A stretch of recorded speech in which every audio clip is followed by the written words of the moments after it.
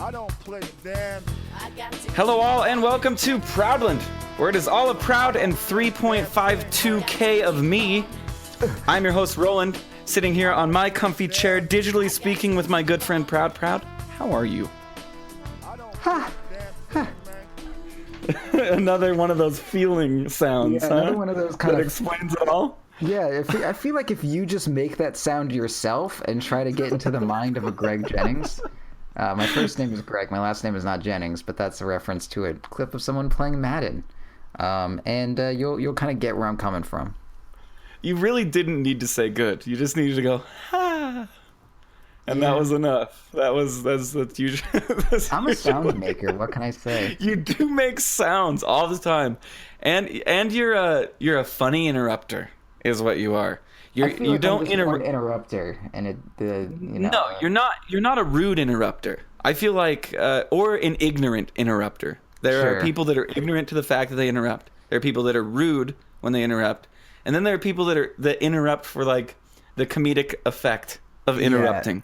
It's and like, that's you. We've been having some on one of the Discords I'm in. We've been having some like more serious conversations, and I just like can't not interject like a jackass if I ever see an opportunity for more than like 3 minutes. So I've been like really aware of like all the interjecting and interrupting I'm doing, but I'm like, this has to be like a really fucking good joke. Otherwise, this is like I'm just gonna get kicked soon. So I've been trying to balance it as much as I can, but I'm glad that it doesn't come off too rude. It doesn't come across rude. I think by now people know your personality. For a long time, so. I fucking hope so, because we were just talking today on the team stream. Yeah. Or stream team or whatever the fuck. Stream team.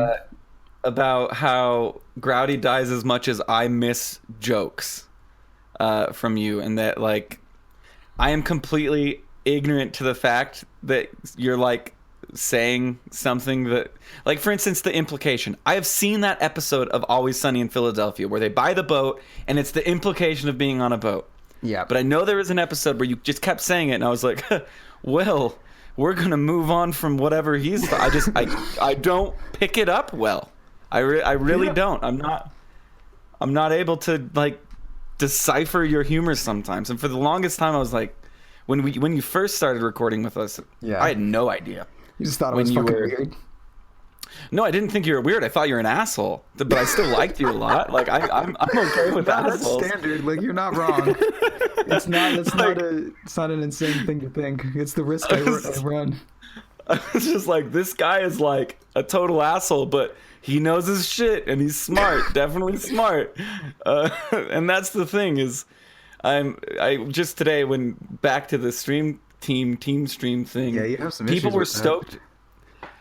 There were some issues I had to abandon due to some car issues, we'll say. I guess that's one way to phrase it. It's like, I had to get an oil change. Like, just all of a sudden, my car was like, buddy, my oil. And you were like, guys, I gotta go. My car needs me. But it's not that kind of car issue. It was way overly dramatized. I'll say that much. But it was a big deal, but it was overly dramatized to me. It was something that you definitely did need to abandon a game of Dota for, which I feel like that's... Yeah. I mean, if it can hit that, that's about as high as drama can get for me. So if it gets there, then I'm like, yeah, it must have been a big deal. Oh yeah, but when you started the stream and they're like, oh god, it's Proud's point of view.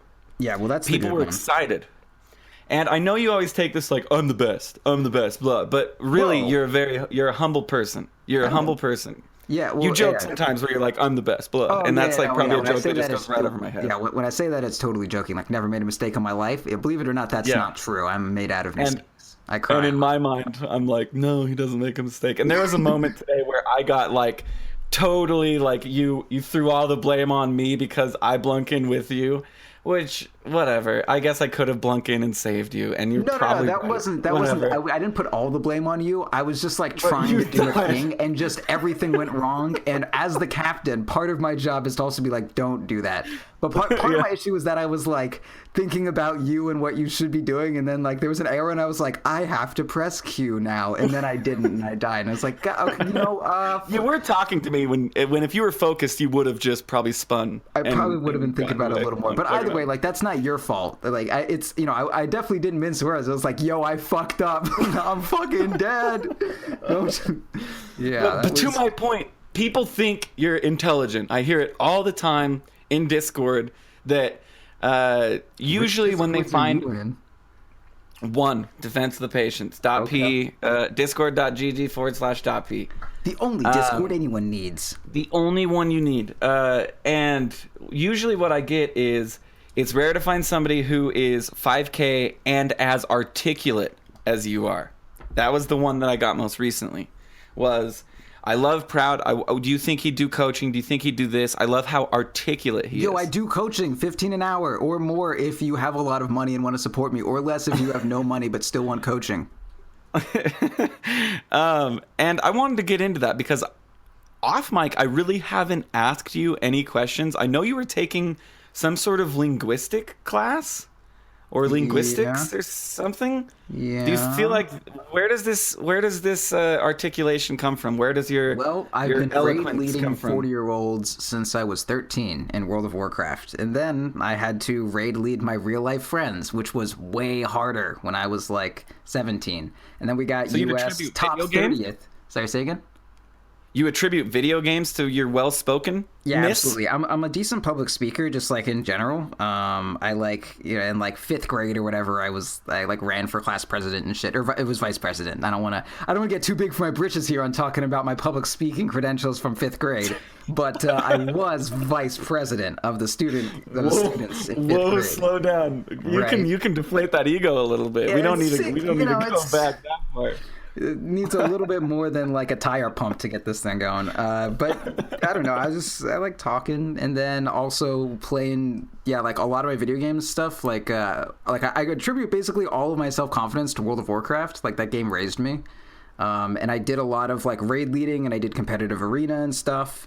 And yeah, it was a great time, and that's like how I got like leadership / any amount of confidence / giving orders and talking to people and delegating tasks and that sort of shit. That's where it all comes from. God bless you, World of Warcraft. Yeah, seeing as you're not a patron, socialized me. Seeing as you don't give money to our company, you weren't able to listen to the Patreon exclusive episode. Yeah, but if there's one thing I've known is that monetarily wise, I am such a drain on us. I put in so much, and I get so much back. My pocketbook is overflowing. Oh God! Please, can we do this off show? Please, please. No, you will. We promise you those millions, and it's in the mail. There's some error right now. I'm just like, it's investment. Carriers. It's investing. There's shit coming on the way. It's okay. You don't have to mail a bomb yet. It's fine. But once the time comes, check your mail. Just saying. It's in the mail. It's just it just keeps getting rerouted and comes back to us. It's just a technical error. But my point being, we on the Patreon exclusive episode, we talked briefly about my first time on the mic and how nervous I was, and Danny's first time on the mic and how NPR he was. He's hella NPR. Well, he was way more NPR the first. He was like, "Hello and welcome to Defense of the Patients." Today we're going to be talking, and then we talked about Ursi's first time on the mic on Theory Crafting Thursday with me. Okay, it's Theory Crafting. And Ursi was like, Ursi fucks that up all the time. He says Theory Crafting. I call it Theory Crafting now because of him. I thought it was Theory Craft Thursday too. I'll mail him a bomb. I got plenty of bombs to mail, dude. There you go. Oh, Lord Dead, by the way, I screwed up your picture and it died when I was going to mail it. Got all crumpled up, so I printed out a new one. So it's coming. It's like in the mail. It'll arrive in like you can honestly send it to me and I could take it to him. He lives so close to me. He's the only person to... He's been in the studio, Lord Day. He's been here. So yeah, I know you haven't, but soon. Like the checks, the plane tickets in the mail to come to the studio. Why wouldn't you just email it to me? Email, things can get lost in the email. Okay, that mail. Excuse stopped working on my teachers like before high school. Anyway, but to touch on briefly before we get into today's topic, the first time you came on mic was as a guest for Theorycraft Thursday. Yeah. And there was no apparent nervousness. Yeah. I'm glad you weren't nervous. It definitely showed. Yep. And then immediately you were made the show host, which was a good thing. What an honor.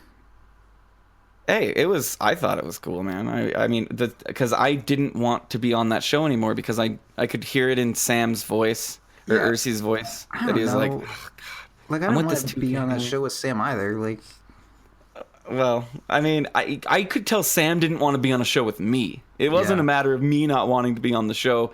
It was more that I was already on like I believe 2 shows at the time, and I knew that we were looking for somebody. Yeah. And then you came on, and you were just this. I have a friend who is top 200 lone druid. That's what you were.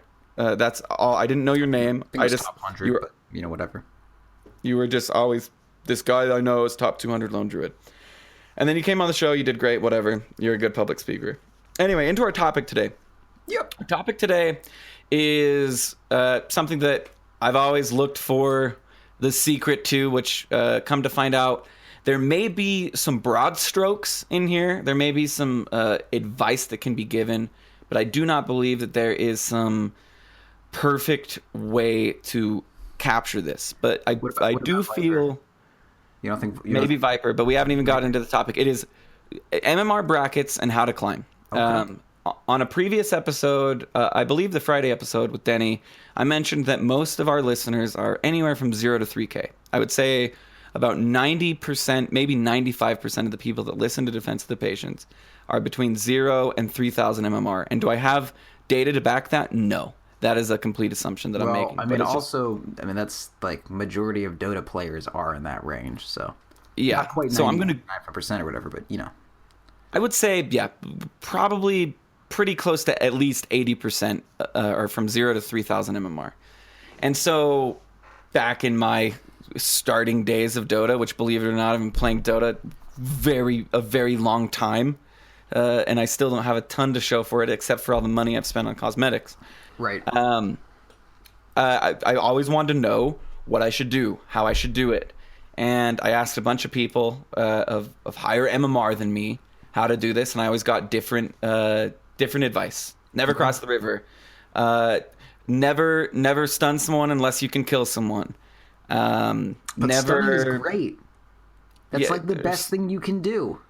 For sure. Stun people all the time. That's my advice. The one that I really, that they're right, but really like has affected me still to this day was Witch Doctor specific, and it was always cast Maledict before you cask them. So always Maledict cask, and they're right. You want to do a Maledict before you cask because how the way Maledict functions, but sometimes it's a lot easier to just cask and then Maledict. Yeah, what if they're not in melee range of you?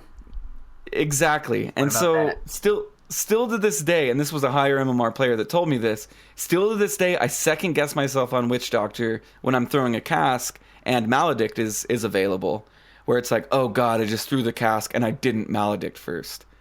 Or that, whatever damage cask will do. I'm sure that's like an in the moment thing where you're like, if you are going to Maledict and cask, make sure you Maledict before you cast, not like never press Q if you don't E first.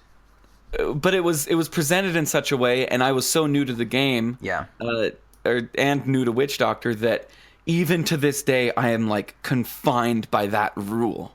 That when I play Witch Doctor, that is how I have to do it. And breaking out of those, I mean, for the most part, he's right in that situation. Whatever situation he told me to do that, I'm sure this person was right. Yeah. But he's not always right.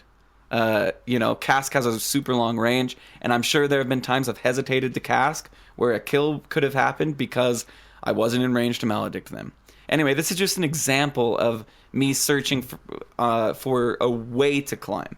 Right. And so I did a bunch of research today. I'll be honest, I'm not going to make it sound like over the past 3 months I've been researching this topic. Didn't really reference Google Scholars or anything like that. Nothing going on there. I found a really good article on Liquid Dota, which I will cite when the time comes, and then a few Reddit threads that I read that I just kind of was able to read and then say, okay, that makes sense, that doesn't make sense. And so I wanted to go over with you climbing in specific brackets because Okay. I know that you climbed what, 4 to 5K? Is that basically the climb that you did? Yeah, that's really all I've ever accomplished in my life. Well, I mean, you were like you calibrated 4K and then you climbed to 5K, right? Yeah. So you really haven't experienced 0 to 4K. I don't got a big breadth of experience on that. No. Breadth. That's the best way to say it. Breadth. Wonder breadth. Breadth. It's the best kind of breadth you can get. Wide breadth. It's a white breadth of knowledge. Oh, yeah, there you go. Yeah, White you breadth say of I can't knowledge. figure out Oh, jokes. this is great. I'm going to be saying that my entire life. So I want to go over with you, and I'm gonna definitely like give you the microphone on a lot of this. Wow, thanks. Well, I don't really. I'll present it with what I read, and then I want to hear your opinion, either agreeing, disagreeing, and what you think. So, Okay. with 0 to 2K, you have done enough coaching sessions. You have seen enough 0 to 2K play that you True. understand what's going on there. And basically, what they say I know what the people is that need. you do. Basically, they summarize 0 to 2K with 2K players don't buy vision, 2K players don't buy smoke, they don't buy dust. So basically, and they don't buy TPs. So play a split pusher from 0 to 2K. That's how you win. You don't play a support. You play a split pushing hero, and that's how you climb from 0 to 2K. Is this my turn? Yes, this is your turn. This is All my right, so here's summary my of take. it. If you wanna like grind yourself out of that MMR or whatever, I would say all you have to do is just play something that farms and can farm jungle and can take a variety of farm sources and can like do things, in the late game or whatever. All you really need to do is farm decently to get out of there. In coaching Lieutenant Condor, a lot of the things he was saying was like kind of like where he's having issues now is his biggest strong point compared to the players he was playing with before, and this was around like the 1K range and that sort of thing.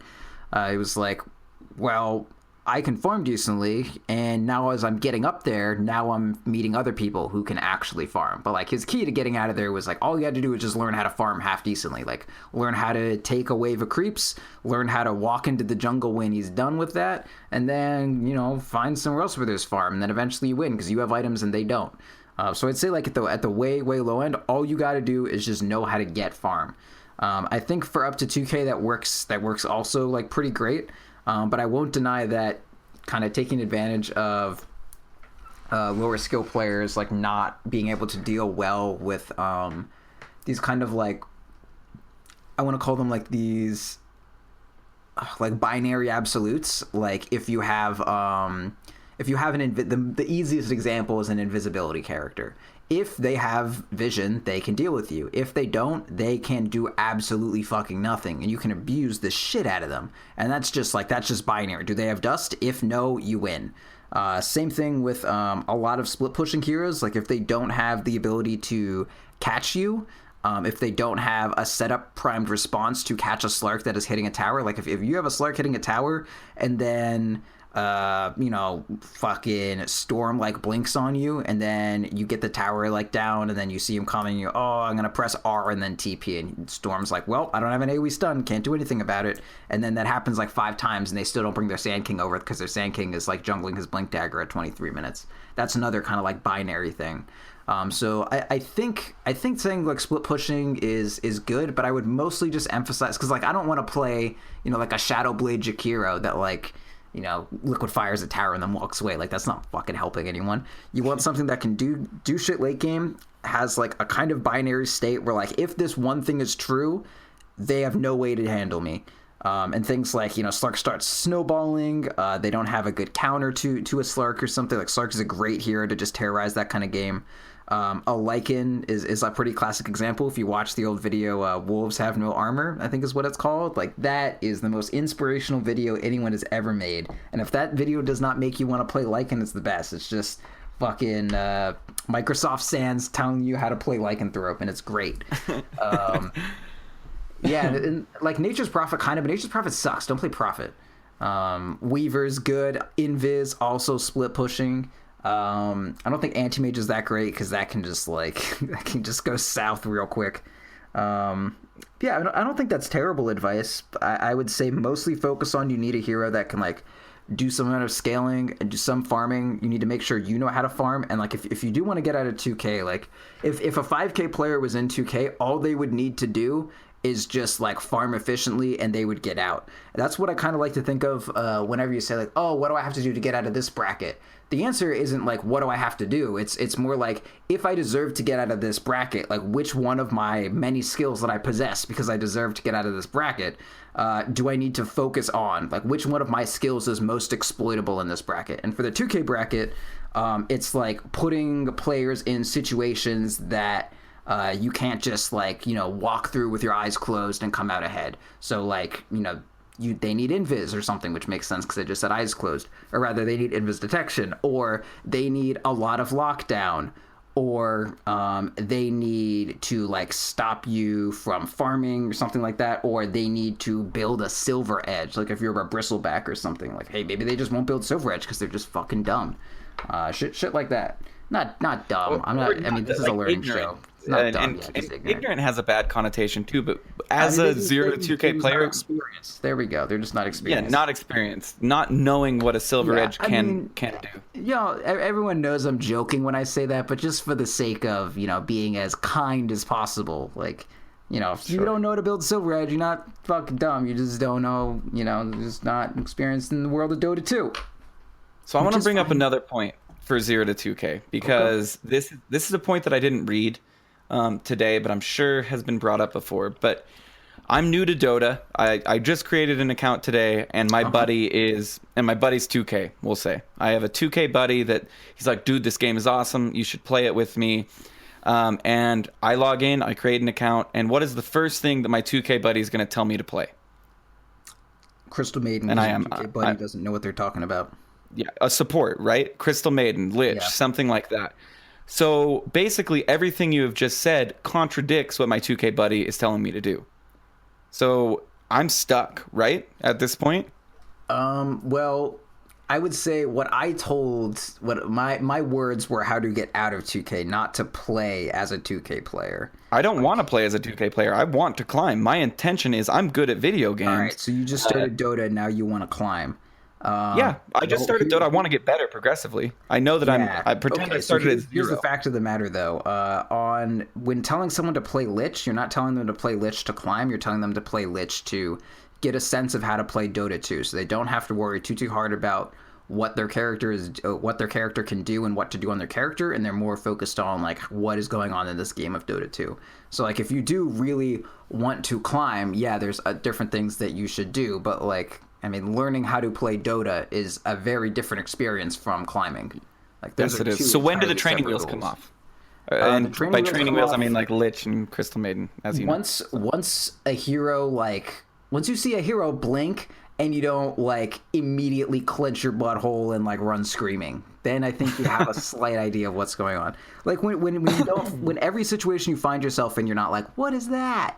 Like if you can say, okay, I'm gonna run into a game of Dota 2 and I have a decent sense about what is going to happen, then I feel like you get off the Lich bandwagon. I mean, you can also do whatever the hell you want. My advice that I've always been, or not always, I guess, but that I've always been giving for the past few weeks is find a hero that you like, be it aesthetically, play style wise, doesn't matter. Just find something that you like to play and that you want to be good at, and just do that a ton. Like that's honestly like the way that I got the best that I've ever been is by spamming Lone Druid. And that's not because like I thought that was the best way for me to get better. It was the hero that like my partner when I started playing liked the most and liked for me to play. So it's like, yeah, I'll play. That's fun. And then I got a bunch of compliments because they liked bears and druids and shit. And I was like, sweet. Girl thinks it's cool. So that's why, and I did that. I had hella fun. And then I was like, oh, I played it a bunch and I fell in love with it. Now I play Lone Druid and now I just played it a ton. And I got a great sense of how to play Dota because I like kind of spam that thing. So it's like, find something you like and play it a ton. It's great.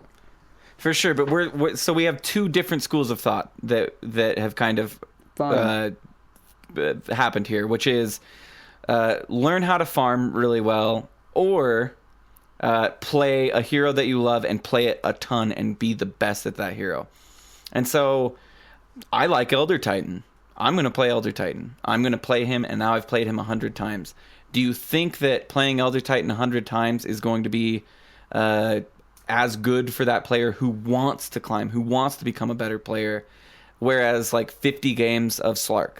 Like, you see the difference there, where Elder Titan can do some awesome things, but in 2K, you're probably not going to get the follow-up. Here's where I would want to combine the two. I wouldn't say, like, only play, like, find only one hero and spam it a lot, but you need to find, like, a mix between a hero that you really, really do, like, enjoy and like to play that is also, like, relatively decent to climb on. Like, Treant Protector, one of my favorite heroes in the game, but he is not the style of hero that I play for the most part, right? Like, I'm a carry player. So although I do love Treant to death, when I'm thinking of heroes, and for a long time he was unplayably bad, but for a lot of the time, or rather, for a lot of my climbing, I was like, okay, like I love Treant, but it's not the thing to play. So I pick the hero that does fit in the meta that I do love to play, which is why I was playing like PA and my custom Juggernaut build for a long time, and why I'm playing Sven now. Like, Sven isn't good right now, but I really love playing him. So because I like playing him so much, I'm way more motivated to play, and I'm more energized when I'm playing, and I'm looking more forward to these games, and I'm thinking a lot more about my decisions. I'm not getting lazy. It's like a mix. Like, you want to use your love for the game to like propel you to play better. Like, if you are not enjoying what you're doing, like if I play one more fucking game of ranged lone druid, I'm gonna blow my fucking brains out, dude. I'm just gonna do it. Like, it's time. I've reached enough of my life that I just never want to experience that again. So like, don't let that happen to you. That's the main thing I'm trying to explain with this. Like, don't just like keep playing random ass heroes and like not having fun, but like, well, it's the best, I had to counterpick this thing. Like, find what you like to play that is also like in that intersection of something that you should be playing and something that you love. Like, yes, Sven isn't a good carry right now, but he's that intersection between like he's playable and I love him, so I'm gonna play it, and it works well together. Okay, so to summarize, find a hero that you like, find a hero that isn't like Oracle level bad, where like maybe pop on Dota buff and look at some win rates and make sure that like you're picking a hero that isn't in the 30% win rate. That's a good place to start. And if the aesthetic of the hero fits you, if the playstyle of the hero fits you, and you're not shitting your pants when somebody blinks on you saying, how did that happen? Or you're not blinking away from a rupture and saying, what the fuck, that's how rupture works? Yeah. Then at that point, you can start to say, okay, I'm done with Lich. I really like Wind Ranger. Wind Ranger has a 40, I'm not looking at Dota buff, but 48% win rate, we'll say. I'm going to play Wind Ranger because Power Shot is fun. Power Shot is fun. And you think that is a pretty decent model for climbing? I think it's decent for that range. 0 to 2K. The only thing I would say is there are definitely some heroes that are like really bad to climb on versus others. And the only thing I would say to that is you definitely do want to emphasize like the midpoint between what a good hero for you to climb on is and what a hero that you like and are going to enjoy playing. Like Windrunner, I don't think is a good, or Wind Ranger for those of you who aren't calling her Windrunner still. She's not a good hero to climb on in any respect, especially not as a core. Like, not the way a lot of people have historically played her. And typically, lower level pubs are a few months behind the meta. Just like, the wealth of knowledge trickles down. It's like trickle down. It really is trickle down. It takes a long time for that. They're probably just getting Luna at like 1k MMR right now. No, they've had Luna. they never stopped having Luna. Dude, Luna is like the best low MMR carry. Honestly, like, she is so far up there. All you have to do is press A and then click the ground, and she'll kill the world for you. Yeah, it's true. Man, my Scottish queen. She is great. So maybe a mix of, well, Wind Ranger. I love Wind Ranger, but I know I can win with Luna. So if we need to just win, I'll pick Luna. But if I want to have a good time, I'll pick Wind Ranger, and kind of finding a balance between fun and climbing. Yeah, because I'd say kind of like that, but like mostly it's like like the ideal situation, you know, like this is what I would do. I have a list in my head of these are all the viable heroes. These are the heroes that I like. And then I have a kind of cost benefit analysis between like how good I am individually with those heroes, which that skill at those heroes is just born purely out of love. Like my skill for PA for a while was just because I liked her, not because she was good. But I'd say like, okay, so my love for Sven is up here. Sven's like viability is a little bit lower, but it's there. And then it eats this kind of equilibrium like, oh yeah, I want to play this, which is great because I know a lot of shit about Dota, so I can say things like that. A lower skill player doesn't really like, you know, they'll pick Necrophos and lane it solo off lane and be like, this is fine, I can do this. And I'll be like, no, can't do that. Yeah, it's not for you. Which it's hard to know that. So before we move on to 2K to 3K, I'm not moving on at all. I was finishing a point, friend. Oh, go ahead. And then I have a question to ask you. Okay. So like that's great that I can do that, but you know, most people, you know, who don't have, you know, if you're like new to the game and you're trying to create a list of heroes to play in the first place, you probably don't also have a list of everything that's viable and shit. So you want to think of like, okay, here are all the heroes that I really, really want to play. And then just like, you know, check on Dota buffs, see what their win rate is. One of the best things that Dota buff has right now that I highly, highly recommend doing, and this was a big part of how I got 5K, honestly, is I went to Dota buff and then I went to the meta section. It's heroes and then meta, and you can check. Let's see, yeah. So it shows you like the breakdown by MMR. And you can check the win rate at that, you know, chosen MMR. And then, so like of that, like I said, okay, I want to play carry. What's the win rate of carries at like 5K plus? And it was like Drow was top, and then after came like, you know, I don't know, like Lifestealer or Sven or Luna or some shit like that. But it's really just like the only carries that were up there at all was like Drow, and that Drow with like a 52% win rate, and then Luna with like 51 way back when. So I was like, okay, like of all the carries that are up here, I actually really do like playing Drow. I don't really like playing Luna. But, like, the fourth carry down there was Sven. So it's like, okay, I'll play Drow and Sven. Like, of the decent carries in my meta, these are the ones that I enjoy. So I'd really recommend you go to Dota buff, and then there's heroes, the heroes section, and then the subsection under heroes is meta. And then just organize it by, like, default, this is organized by MMR bracket. And then you can sort it by win rate, you know, see whatever role you want to play, find whatever hero that you think is, like, cool and is appealing to you, and then just, you know, pick that one. Play it a few times. Don't just like give up after one loss. Just find the hero that does decently there that you like and play it. Yeah, and I will say that especially in this bracket, learning a hero's animation is super important because just like Proud was saying in the first part of this, farming is key, right? If you're able to farm really well, like if a 5K player were put in 0 to 2K MMR, his farming would be so good that he would just naturally climb just because he had more items than the other enemy. Right. Or than the enemies. So my last question would be to a question that the Roland from the past would ask. And that would be, Jesus. I'm not interested in playing one hero. I'm not interested in playing 5 heroes. I want to be able to play all the heroes. That is so cute. Oh my god. I'm serious. This was me. When the All Hero Challenge came out, I did it immediately. I hated the idea of somebody calling a hero garbage because I was like, dude, Ice Frog is the shit. I promise you every hero is balanced. I couldn't stand the argument. Granted, I didn't use Dota buff at the time of a hero being garbage. I just believed that you just think it's garbage because you're bad at it. Yeah. And I really wanted to learn every hero. Is this just a death sentence for staying in 2K, or can high versatility get you through 2K eventually? I mean, it can. And do you suggest it? I guess not even climbing.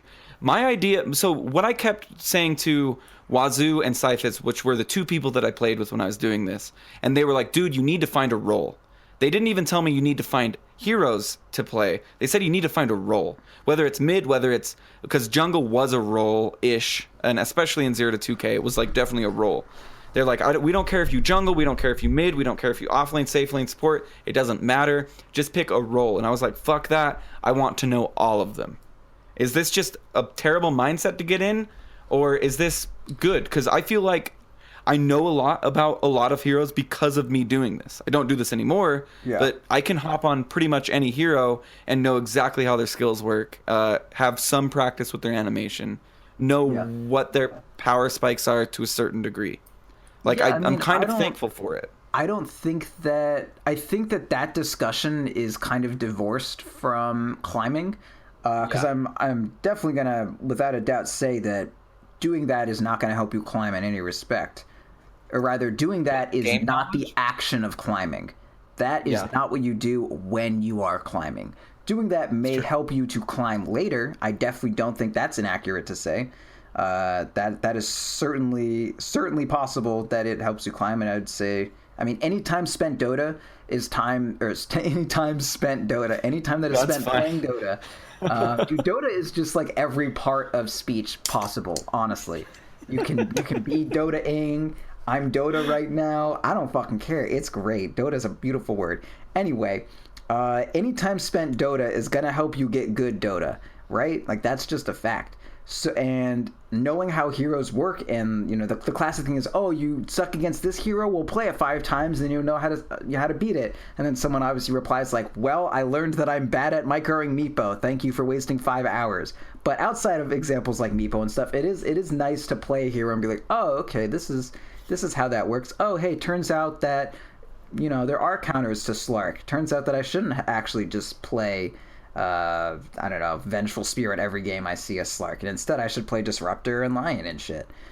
So like, there's definitely an advantage to playing all the heroes, but like, pound for pound, like the amount, let's say if I spend, you know, 114 hours or whatever the hell playing each hero one time, would I probably gain more MMR playing, you know, 3 to 4 heroes for 100 hours, or for, you know, 30 hours each? I'd say probably the 3 or 4 hours each, but at the same time, like, you need to be having fun with Dota. Like, all the times that my play has ever gotten better have been when I was like on a team or had a real idea or focus behind my play. Like, before I became someone who played carry all the time, like before I became a carry player, I was like way worse. And it's not like I decided to become a carry player when I got better. It's that I decided to become a carry player, and then I was able to like focus my play. I was focusing on like the team I was on and all that shit. And like, as soon as you know what you're trying to do in Dota, everything just becomes way easier. There's like this really weird principle to Dota where like as soon as you see, like as soon as you like, it's like a visualizing thing. As soon as you visualize what you want to be, it is way easier to be it. Like, I wanted to be a good carry, and then I became a good carry. But when I was just like fucking around, like, I'm gonna play everything, you know what I became? Someone who plays everything, which doesn't mean anything. It just means I play a lot of stuff. Yeah. But it's kind of like arcade mode at that point. It's kind of like arcade mode. It's fun. Like, you know, you play all random and stuff, and you do like random crazy ass shit. Like, it's totally fun to do. It's just not the same as climbing, you know? Like, I would say for any player, like, you know, wait to calibrate and all that sort of thing, like, yeah, try every hero out. Maybe you'll really like Ricky, even though you really shouldn't, and I probably just won't play with you if you play Ricky a lot. Maybe you'll really like Techies, and like maybe you'll be like Gothier. Is he Gothier or Gothier? I asked him. It's so funny that I asked him specifically how he likes his name pronounced yesterday on stream, and it's Gothier is how he likes it. So it's like goth with ear. Yeah, goth ear is literally what I said. I was like, is it goth ear or is it goth ear? Yeah, because I don't want to just like keep calling someone goth if they're like, yo, I'm not goth, which is probably a pretty goth thing to say. Yes, it is. Yeah. So, but yeah, like, I mean, if like the key to being good at Dota is enjoying it. I don't know anyone who doesn't like Dota that is good at it besides like Arteezy. or Ursi, or sometimes like Growdy. They're both like, yeah, fuck this fucking game, and it's like, do you even enjoy this? Yeah, like, are you having fun right now? No, I'm really having to kind of brace that comment, because there's a lot of people who hate Dota that love it to death. That was like with World of Warcraft. Like, everyone was just like in some big jerk-off competition to see who would hate their favorite game more. I'm like, God, this game sucks. I hate it so much. Can't wait to quit. It's like, buddy, see you next month. Yeah, exactly. So to close out 0 to 2K, I want to put to rest one last idea, and I don't want to spend a lot of time on this. Okay. I just kind of want like just a small summation of, do you support if you want to climb? You've realized everything. Do you want to support? If you want to support, you can support to climb. If you do not want to support, do not support to climb. Okay, let's just leave it there then. It may take long. Can we agree that it may take longer if you're on a support? If you deserve to immediately be out of that bracket, it will take. If you are a 4K player in 2K, it will go slower if you're supporting. If you are a 2K player trying to get good enough to get out of 2K, it will be almost equivalent.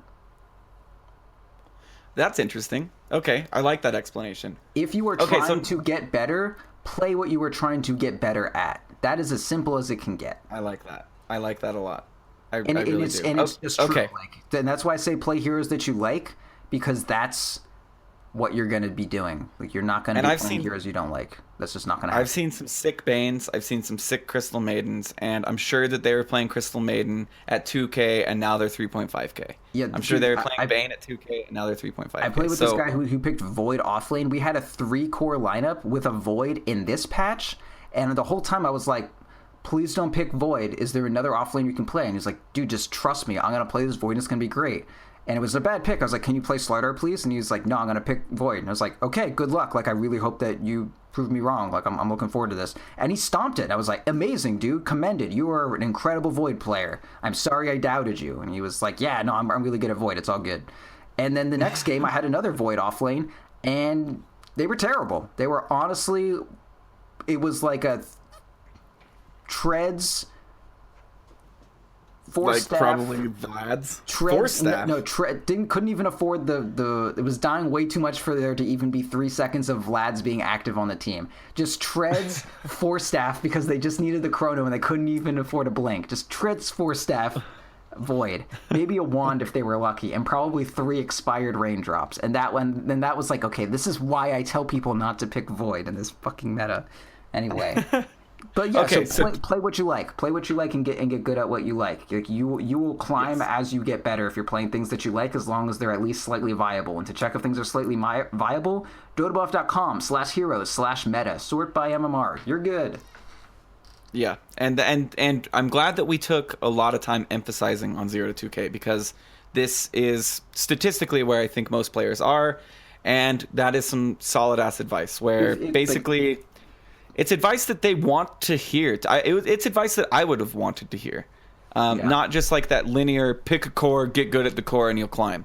Like, if you really want to do what you want to do, you'll climb if you keep doing it, is basically what you were saying. Yeah. The only thing I would append is like okay, just to drive it as far home as possible. If you think that you are better than your MMR, and you just want to get out of it, especially for the 1 to 2K range, all you're going to need to do is farm. If you are more interested in growing your skill out of your MMR, if you are accepting that you are about where your MMR placed you, and you just want to get better, like not something like, oh, I should just recalibrate. Oh, instead of recalibrating, I'm just going to, pick core a bunch. If you want to improve out of 1 to 2K, find what you like to do. Check the win rates of stuff, pick whatever, find a hero that looks interesting to you, find the hero that you like that has a decent win rate, and then play that.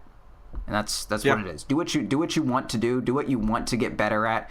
Find a hero that does that at a decent win rate that you are interested in, and do it. Don't play something that you're not going to have fun on, because you're going to stop climbing once you stop playing. And once you stop enjoying the game, you're probably going to not play as much.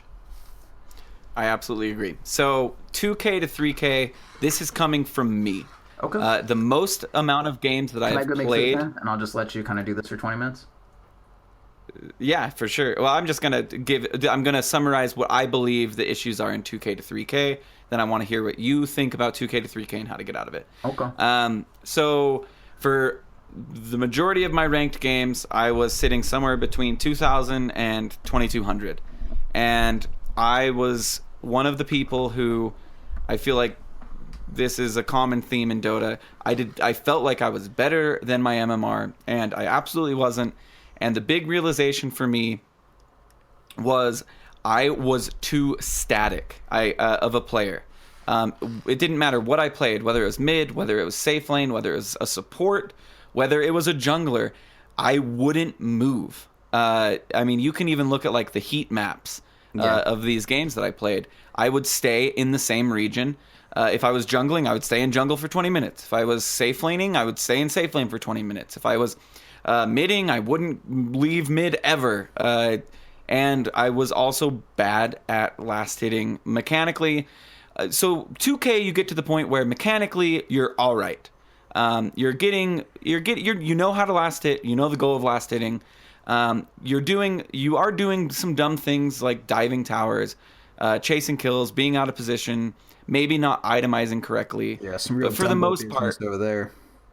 Yeah, for the most part, I would say that the issue in 2K to 3K is not knowing when to go somewhere else. Yeah. Even more than itemization, it was me saying, I'm a storm spirit, I have a bloodstone, and it would be great for me to be in that fight that's happening bottom, and I even have a TP scroll for that because I know that I'm supposed to carry a TP scroll. I know that I'm supposed to carry a TP scroll, but I don't know that I'm supposed to use it when there's a fight because that's one step too much. So basically what I have surmised is that I mechanically I was getting better. I understood my heroes. I figured out what heroes I wanted to play and what I liked to play, but I was stagnating because I wasn't grouping up. Because just like discussions we've had in the past, 4 beats 3, 3 beats 2, and 2 beats 1. 5 beats 4. It's true. Basic numbers. No, you're right. You're right about basic that. numbers. Yeah. And so four I feel like does beat 4 beats 2 as well, and 1. Yeah, exactly. And this is something that I feel like is the big folly of 2K to 3K. Does 5 and I know 2? you see a lot. Do you think 5 beats 2? Yes, I think 5 beats 2, 3, 1, and 4. And sometimes 5 beats 5 if you know what you're doing. Yeah, but you also need like a tower there. A tower is like a 0.5 addition to any situation. Exactly. So, do you agree with this summary of 2K to 3K? Yeah, I don't think you're wrong. I feel like 2K to 3K, like up to 2K, it's more of a, okay. So like 0 to 1K is like I don't know how to accomplish things. If you're a person who knows how to accomplish things, be it last hit it or hitting buildings or whatever, you're great. 1K to 2K is like I don't know how to farm that well, and I don't know how to do things part 2. And the things that I do know how to do, I don't know how to do them efficiently, I guess. And then like 2K to 3K is like I just don't know where to be. I know what to do. I just don't know where to be to do it at.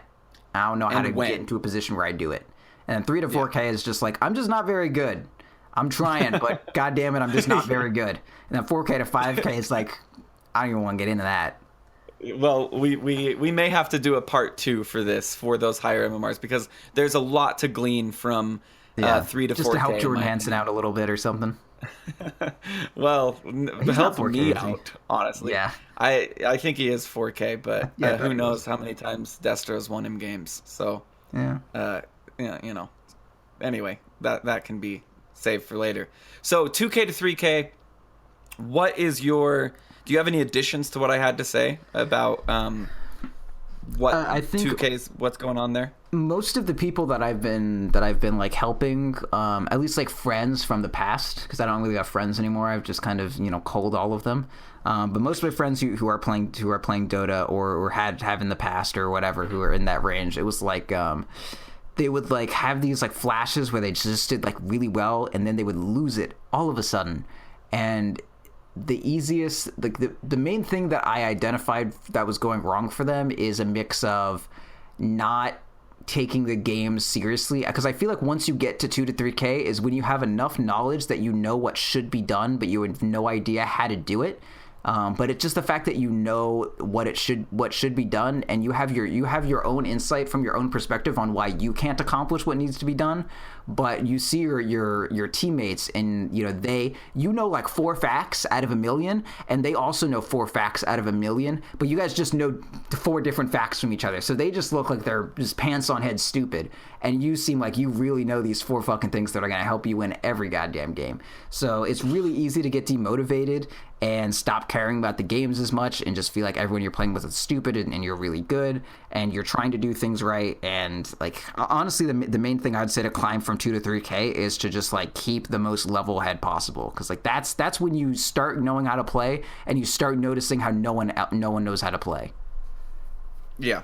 Does that make sense? I feel like no, that makes a ton of sense, and I feel like this is where, like I said, most of my ranked games have been played in this 2K to 3K, mostly low 2Ks before I calibrated. I was like 2,500 or less. And what I found was there was always a guy on the team that knew everything. You always have that stereotypical, I know what I should be doing, I shouldn't be in this bracket. Yeah. But that guy is in that bracket, and for a very good reason. Yeah. Mechanically, I would say this may apply to me, where mechanically I was good at Dota 2. I could last hit. I knew how to stack. I knew how to take stacks. I knew how to play the heroes that I was playing. I knew how to basically the basic mechanics. What I really lacked, and I guess this is another thing that 2K to 3K don't really know how to do, was I didn't know when, and this is quoting you once again, I didn't know when to back. I didn't know how strong their hero was in comparison to how strong my hero was. Yeah. Even though I've played Clockwork and I'm playing Storm Spirit right now, and I think I can kill Clockwork, but really, no, I can't at all. And no one's showing on the map. So I do what you call like the all-in like zip, where I zip all of my mana. No backup plan. No backup plan, and I don't kill Clockwork, or I do kill Clockwork and I die and I have a Bloodstone, and really the trade wasn't worth it. Yeah. And so I feel like it comes down to maybe more like in the moment decision making is more maybe specific to low 2Ks and then getting out of low 2Ks to climb to like 2.5. Yeah, it's like this kind of weird mix of overestimating yourself and thinking that you are just like way more competent than you are, because I'm sure you've done a lot of cross map zips where you're like, damn, that should have worked. Yeah, of course. But I mean, there's videos of me where I cross map zip and then suicide because it didn't work, because I'm just like, that should have worked, and then I suicide because I'm just so pissed. I feel like really like a huge part of 2 to 3K is just not understanding the depth of your own ignorance. And not like as a pejorative thing, like, but I mean, like very from a really humanizing perspective, like 2 to 3K is when you start understanding the game. So as soon as you understand something, you start either thinking that you really, really understand it a lot, and then once you get one more breakthrough, you realize you actually understand nothing. Like that's the big thing on StarCraft, right? It's like the better you get, the more you understand. You just don't know goddamn anything. And Dota's the same way. I feel the same way with school. Like the more I pursued mathematics, the more I realized I didn't know shit about mathematics. Yeah, and it always comes in steps, right? Because as soon as you don't think you know shit, and then you learn something like, oh no, okay, so I do know something now. And you're like, God damn it, actually I didn't. I actually never knew anything. And Dota's like very similar, and I think 2K to 3K is like the main locus of that. As soon as you get there, that's when everyone starts looking really, really stupid, and you start looking really, really smart. And then you get a little bit further, and you're like, oh Jesus! And then you get 3K, and you see someone else do 2K, and you're like, no, that was me, wasn't it? That was me. Yeah. But that doesn't have a lot to do with climbing, does it? That's just understanding the mind. That's like the mental game. So I'd say for the 2 to 3K mental game, like hugely in a major way is you need to like, I don't know, like check yourself or something before you inadvertently like wreck yourself. Some kind of I will also say that watching replays was a great way to climb. Oh my god, because if there's one other way to tell how goddamn dumb you are. Yeah. Watching your own replay and you're like, is that really me? Because I mean, that's when you go from like, you can watch your teammates in a 2K pub and you'll be like, God, they're so dumb, and then you watch yourself and you'll be like, oh no, I am that guy. I am the guy that the other people are saying, oh my god, he's so dumb. And when you're in the game and you do something dumb, you think, oh, that was an isolated incident. You say, I did something dumb, but I don't always do dumb things. That was just a time that I did a dumb thing. Yeah, I don't always blink on barracks and then right click them and then not press Q and there's a Mirana arrow flying straight at me and then feed. And then have your Slardar come in and be like, "Hey, buddy, I was like basically like your dog in that game where I was like, I am loyal to that jug to death. Hey, I got a like blue I will too. follow What's him up? in.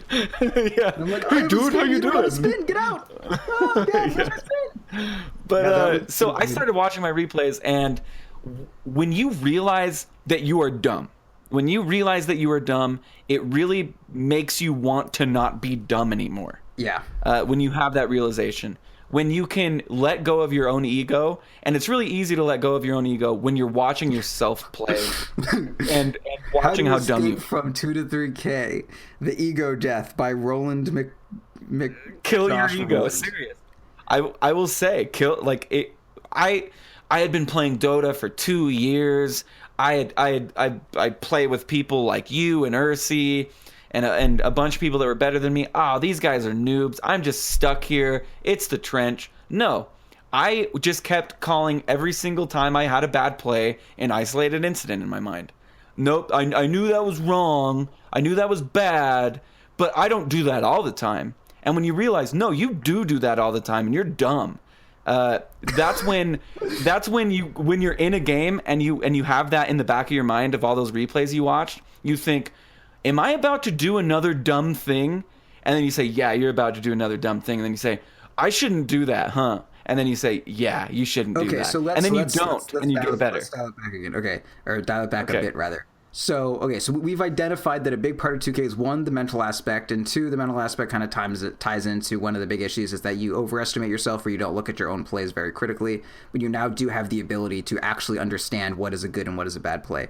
And I think the main ways that you should try to point that insight would be on, as I've said before, like one of the main difference between, like a 2K, someone between 2 and 4K and like a 5 or 6K player is just knowing when to back. Like there's a lot of times where you can tell something is not a good idea before it is actively harming you.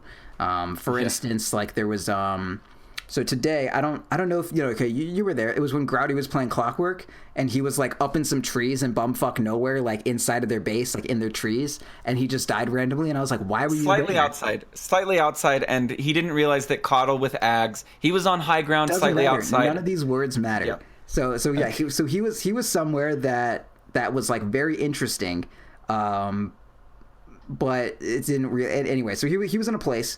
And he died there, and I was like, why did you exist there? Like what property of matter like caused your body to be located in that position in space-time?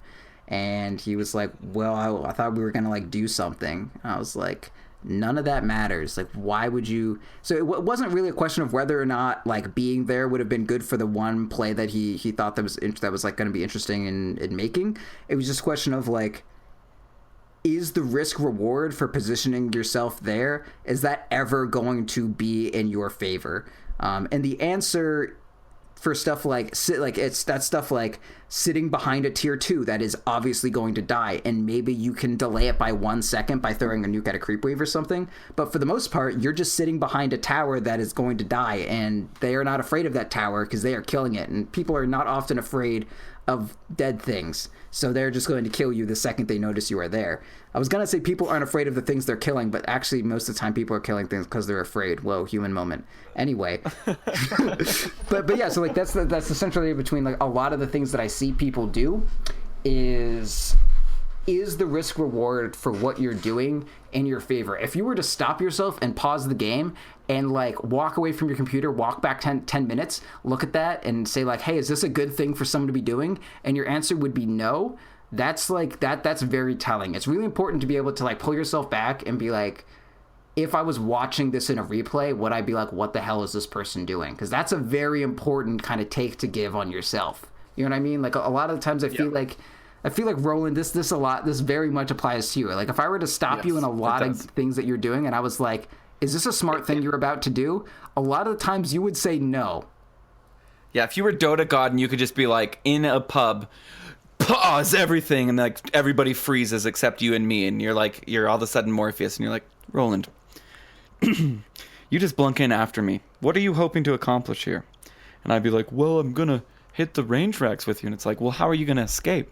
Be like, well, I can hit my Q on Slardar. Or Well, like, no, how much damage are you going to do to Gravity. the ranged Drax in comparison to me? And you'll be like, well, And in that moment, I mean, I probably even would have argued with you had you paused time, except for you and I, like, I guess Professor Xavier style. Yeah. You know, like everything freezes, and you're like, "Is this a good idea?" I'd probably argue with you until like finally you broke me down. I'd be like, "No, it's a bad idea. Yeah, I just wanted to do cool stuff because cool stuff's fun to do." Yeah. And that's usually my explanation. Is there was a brief discussion today where I just want to be flashy. Yeah. And then the discussion was, well, you got to be good to be flashy. You can't be flashy and not good, and that was a big problem of mine. And you could pause a bunch of games and say, are you doing something good right now, or are you trying to pull off something flashy? And it would be like, well, flashy. Flashy. Probably flashy. It's probably a flashy kind of thing, I think, maybe. Yeah, so you're right.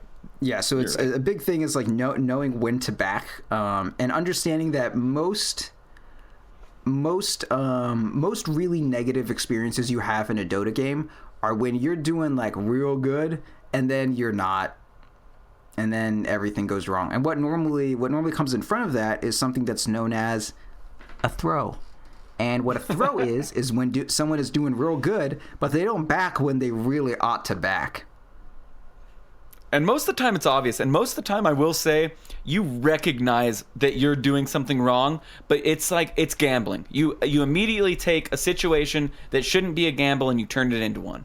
And you know it is one, and it's you're the hoping to win. Thing. Like if you're farming the enemy, like you're really far ahead, but you're just farming this camp really close to the enemy base, and your team is not around, but you're like, fuck it, I'm ahead. Like this is a worthwhile risk, and then you die, and you're like, actually, there's no world where this 100 gold that I could have gotten somewhere else was at all worth that risk of what just happened. And it's like things look decent, and then it goes wrong, and you're like, actually, yeah. A lot of the times, it's something like you know, if I'm doing something risky and I ask myself, like, okay, so what is the chance that this goes wrong compared to how likely it is to win me the game?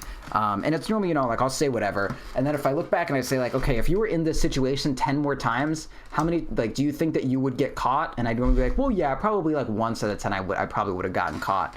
And then I'm like, well, this isn't like, this thing I'm doing right now isn't a 10% chance for me to win the game. This is a creep camp. And if I die here, it's like a 10% chance for me to just fucking throw the game out of nowhere. So, yeah, that's I don't know. That's just something that I've been playing with in my head a lot whenever, because I do a lot of really risky farming stuff that I'm trying to stop. And like, that's the way I think about it. That is actually brilliant, because there is a certain aspect of looking at a pink satyr camp, okay, or purple, whatever, I'm colorblind, and saying, that's a lot of gold. And then you can alternatively say, that's 150 gold. I feel like 150 gold seems a lot less than when my mind says, that's a lot of gold. Yeah. You know what I mean? Like, if I quantify it, like, there's 3 TP scrolls. I'm going to risk my life to get those. Bad idea. But usually I'm like, ooh, a pink satyr camp. I'm going to kill it, because that's a lot of gold. Yeah. Instead of saying, that's 3 TP scrolls. You're absolutely right. Like, if you can... I feel like the more times that you can quantify things instantly, and by just giving a rough gold advantage and saying, oh, 150 gold doesn't mean shit. That's not even a stick. Like, am I going to risk my life for not even a stick this late in the game? You probably will leave. Yeah, don't. But no, it's a big pink guy, and he will die, and when he dies, it's like 75 to 95 gold or whatever it is. And it's just, yeah, I'm going to start doing that. Well, one of the main things that I like to think about, and this was like, so when I do any of my pub commander stuff, which I had a really, really good pub commander game recently where I was just like everyone was listening to literally everything I said, and it was awesome. And like, we killed Roche, and we had Aegis, and the team was like, all right, let's push. And I was like, fuck no, we're not going to push high ground. Like, that's not what we're going to do. We are going to lose the game, because the number one way that it's like, here's how Dota works now. A team gets ahead, and then they high ground when they really ought not to be high grounding, and then they get wiped. And then the enemy team does the same thing, and then if you wipe them back, then you can win. But if you don't, then they're gonna win. Like, all it is some team gets a huge advantage and then they get wiped on their first high ground attempt, and then they're like, oh, did we just throw our lead away? And then like once both teams are confident enough to be like outside of their base fighting, eventually one team beats the other team and then they like manage to end the game or whatever. You almost never see two fully prepared teams. Both teams have all their Raxes up. It's like 30 minutes. One team is hella ahead, and that team just tries to high ground, and it works, and then they take a Rax. Like, that just doesn't happen unless it's like, with illusion sieging or whatever. You can't just high ground on another team. Like, you can't just ask someone if I can kill your Rax. Like, you can't just do that. Like, they're gonna kill you. You can't just high ground. High grounding is hard as shit. There's shrines and stuff now. Holy fuck! Just don't high ground.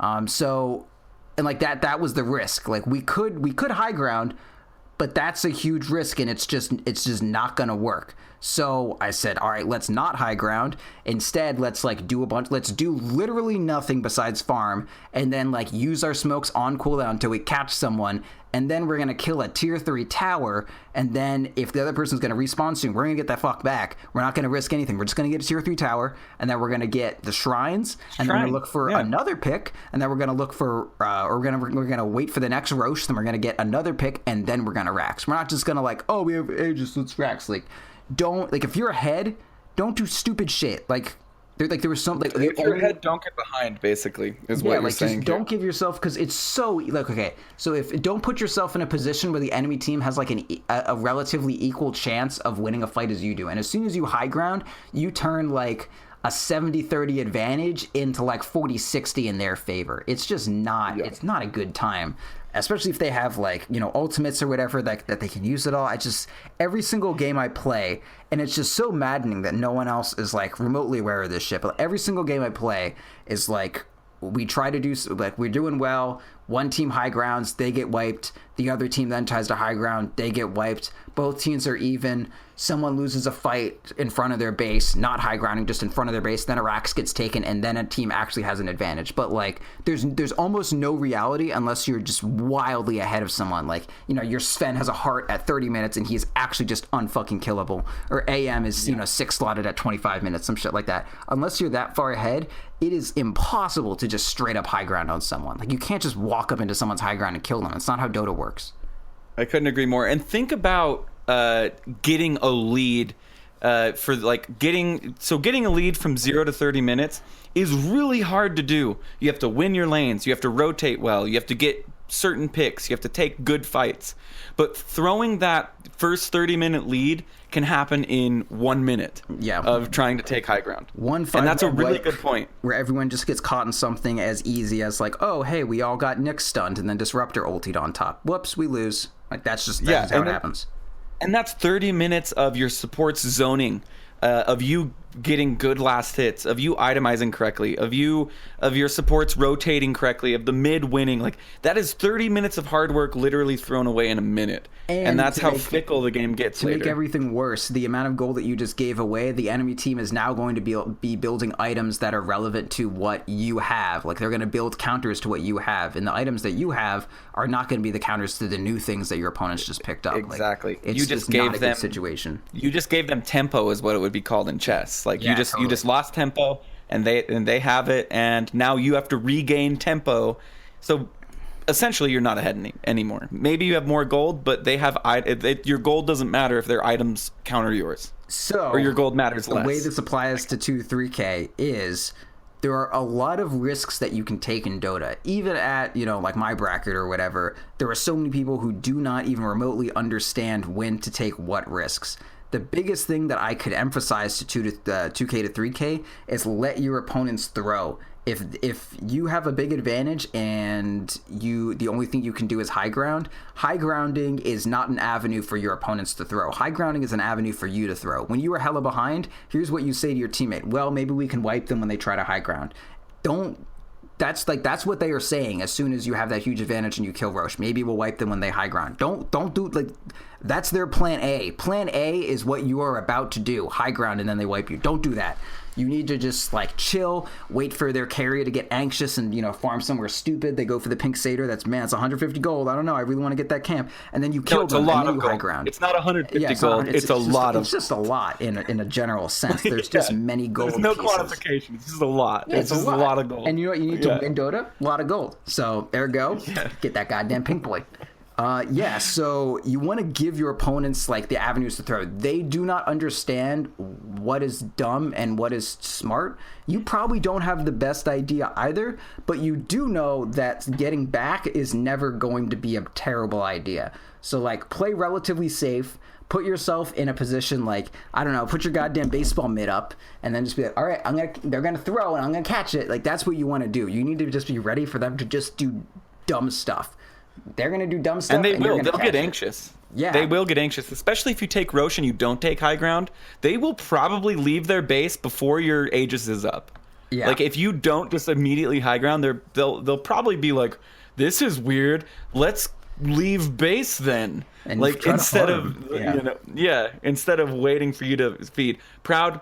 There's too much to talk about with 3.5 to 4 or 3 to 3.5 and the 3.5 to 4 and 4 to 4.5. We haven't even finished 2 to 3K. So let's go ahead and summarize 2 to 3K and we'll add a part 2 to this because there's equally as much and cool nuances in 3.5 to 4K. I really wanted to talk about base attack time next week. We can hit that. I think we can hit that. We'll do 3 to 4K well. and then also base attack time because goddamn no one knows anything about base attack time. And that will be just a little preview for what's coming up on next week's Proudland. Yeah, but I'm just gonna say that a lot and then never explain it. You do say it a lot, and god damn it, I know how to explain it. But we'll get into that next week. Because I know what base attack time is. But let's summarize 2K to 3K. Okay. All right. Step 1, gotta control the mental game. Yes, everyone around you is bad. So are you. They're just differently bad than you are. Maybe you're not bad, in which case, you know, you won't be in that bracket very long. For the most part, just keep your mental game under control. The people that you're playing with, you know, they just have different issues than you do. I'm sure if you played some different hero, you'd be playing real bad too. Anyway, keep the mental game under control. Step 1. Step 2, don't do dumb shit. Just don't put yourself in a position to be doing wild shit. If you find yourself being like, oh man, you'd be really wild if I like did this one thing, and they'd be like, wait, if I saw someone else do this one thing, and they were like, if someone told me, hey, this 2K player just walked over here and did this, and I'd be like, wow, what a fool. If you just looked at your minimap and saw your teammate doing that, what would you think? And then put yourself in those shoes and be like, all right, maybe I want to do that. Also, high grounding, don't do it. Let your opponents do something dumb, capitalize on it, then take racks. Don't just high ground out of nowhere. That's to everyone, especially anyone ever in a pub with me. Like, you don't just high ground anyway. Also, just farm. Just farm. Previous information also still applies. Find whatever role that you're interested in playing. Find the hero that does, or find heroes that have a decent win rate on it in your bracket that you are interested in playing, and play those till you get comfortable with it. Look at what people are doing on those heroes, so you see the right item build. Don't walk up with like phase boots on Luna or something like a certain .p employee. If you see I realized that laugh was worthy of being made fun of. I wouldn't focus too much on counters. Like if you see the enemy playing a Tinker, play Luna. It's a good matchup for Luna. But for the most part, you just want to just play what you're good at and play play what you're going to enjoy, play the role that you want to. And it doesn't get too much more complicated than that, honestly. You can climb through the entire game as long as you're playing at something with like a decent win rate that you're interested in playing in a way that you're interested in doing, and you'll be fine. But like as far as playstyle was, the main thing to focus on 2K to 3K. Like, people are gonna have dust. You can abuse invis, but not perfectly. It's always gonna be abusable, honestly. Even in my games, like I'll get a Shadow Blade and I'm just invincible forever. To a point, but anyway, my ability to avoid dust scales as much as my opponent's buying dust. But I mean, yeah, that's really most of it. Like, you want your mechanics to be solid. Like, as long as you have items, you're set. But just like play what you like, play what you have fun doing. When you're 2K to 3K, the main thing that you need to check is your dives. Like, don't do stupid shit. And that's not to say, you're dumb or whatever, but like when you're in the middle of doing something, just be like, is this the verge of being stupid shit? Because I've been told not to engage in stupid shit. And there's a lot of times where you'll just catch yourself out of nowhere, be like, wait a sec, me getting this last auto attack on this, like if you got their off laner to like 1 health and you're going to continue diving under that tower, just don't do it. Don't get juked in the trees and then die, and then you just fed their offlaner who had to go back to base anyway a full kill. Like, don't do that. If you just force their offlaner back, just be like, all right, stop loss. I'm fine. I'm just going to get out. I have a salve. I'm just going to walk back and keep last hitting while this person has to go, like, walk back to base and use their shrine or some shit like that. Like, just don't do stupid shit, man. Just don't do stupid shit. That's usually the stupid shit that I do. Is like, I'm gonna get him. Watch him. I'm getting him. It's taking me a second, but I'm gonna get him. But they came. They rotated. They rotated. Yeah. Totally not my fault. Isolated incident. There was that like tier 1 where like I think like 3 stuns got missed or something, and I was like, I'm just gonna dive under this tower and do stupid shit. I had a quelling blade though, so I cut the tree that this guy was juking around for my last hit, and then I TP'd out. And that was close though. That was almost real stupid shit. But that's when it's like, hey, don't do flashy shit unless you know what you're doing. You got quelling blade, use it. Yep. And indeed. Okay, so this is part 1 on wading through the MMR brackets. Real quick plugs. Of course, we're gonna talk tonight. About that, we're going to talk about that Tinker Luna conversation, though. We're going to talk about that a little bit. Not right now. Yeah, we're going to do it right now. We can talk about it. Sorry, this is going to be brief. So I'm just going to, for all the listeners who had... Who listened to the first counterattack? Yeah, I can't listen to people having like a disagreement when they like are of similar mind without like wanting to tear my hair out. And I loved listening to it. Don't get me wrong. I was grimacing the whole fucking time. But like all Cyphus wanted to say, buddy, was like the matchup isn't that bad. Like it's playable. And you were just like, no, it's the worst. He was just saying like, not that bad. And I mean, like, it's I later said I was definitely combative, and it was what happened was. What turned on in my brain was I'm good at this game and he's the fool. Yep. Instead of me turning that ego off and saying, let's look at this and think realistically. Like basically all I was trying to say was Tinker, like it's hard to catch Tinker as Luna. That was my whole argument. Tinker as everybody. Yeah. And his whole argument was pretty much that. It's hard to catch Tinker as anybody, and Luna doesn't really have it that bad. Yeah, is what Denny was trying to say. Uniquely bad against Tinker, as opposed to a bunch of other carriers, which is mostly true. I mean, like, Luna is a hero that buys Manta to dispel the blind, and a hero that builds BKB. There are a lot of heroes that don't naturally build Manta and don't naturally build BKB, so at least Luna's not that. And she also does have a ranged interrupt, which is highly valuable against a Tinker. It's true. And if I could go back and re-record that episode, I would have just submitted complete. And the night vision never even got brought up, where I can, I could see him. So why would anyone ever talk about vision in a game? The second that episode ended, I was like, God damn it! Like that was our inaugural episode, and I had to fucking argue with Denny for 40 minutes. Really, one of us needed to step down, and neither of us was willing to step down. Yeah. But that's what happens when you get people who... Denny and I started playing Dota at the same time together, and honestly, I don't feel like I am better at Dota than Denny. I really don't. I feel like I recalibrated. I feel like that's what happened. And I feel like Denny would recalibrate somewhere similar. I mean, you heard my description of you two guys on the Proudland that you missed, right? Oh no, it was on Papercraft Thursday. Yeah, I said Roland is good but incompetent. Cyphus is bad but competent, and that's you guys. Like, Roland, you are horrifically incompetent when it comes to Dota, but you are actually good at this game. Cyphus is not good at this game, but he is fucking competent. I will take that as a big compliment, sir. Yeah, but that's like so accurate, right? Wildly incompetent at a lot of things. You're absolutely right. But you are actually like good at that's why I see you play. I'm like, why are you doing this stupid ass shit, man? You're good. Like, stop it. And then I see Cyphus, and I was just like, I mean, you're not wrong, but that just wasn't very good. That's great. All right, you can email us at defenseofthepatients@gmail.com. You can go to defenseofthepatients.com. Of course, tonight at 9 p.m. Eastern is Tuesday Q&A. It's when we record for live callers. It airs Tuesday, but it comes out on Monday or Monday is when we do the Twitch live thing, 9 p.m. Eastern. Tune in. If you live call, you get a $20 Steam gift card. The Wednesday show is a fun show. Wait. That you get entered for like a running for this gift card, right? It's not just like everyone who calls in gets $20. No. Yeah, it's anybody that calls in gets put into a raffle. And then we live on the stream after the show is done recording. Okay. Pick the person who wins. All right, I'm just keeping you honest because I don't want someone to show up and be like, "Where's my $20?" And we'd be like, "You don't get your $20. Someone else gets your $20. Punk, get out of here!" And then they're like, "I was promised $20." You know how that always happens. Yeah, it's happened from time to time. There was a stream giveaway that I did where there were a bunch of people that were like, "Why didn't I win anything?" And I was like, because you didn't participate. And they're like, well, I'll participate right now. And I'm like, I'm closing the stream. Goodbye. Yeah, see you later.